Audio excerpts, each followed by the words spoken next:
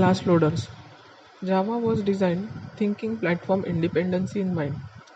So from loading libraries point of view, it should not rely on the file system. In short, it is not necessary that you should be able to load libraries which are only in file system, but also from other sources like FTP, HTTP, etc. So we should be able to load libraries from other sources like HTTP, that is Hypertext Transfer Protocol.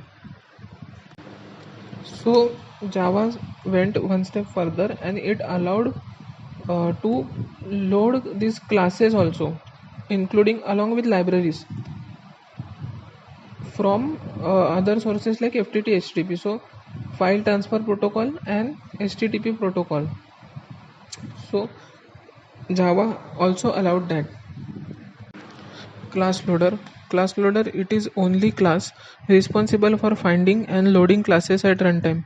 You can either use different class loaders or you can make a custom one.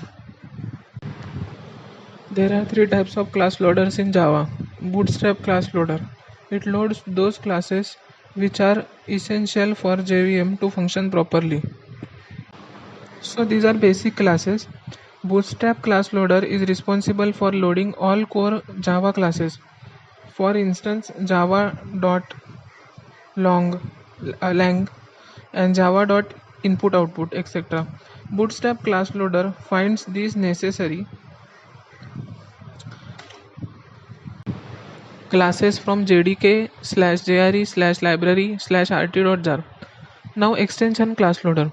It is the immediate child of Bootstrap class loader. This class loader loads the classes in library/ext directory of JRE. Now system class loader. It is immediate child of extension class loader.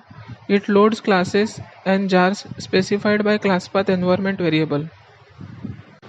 So this extension class loader is used for loading classes in library/ext directory.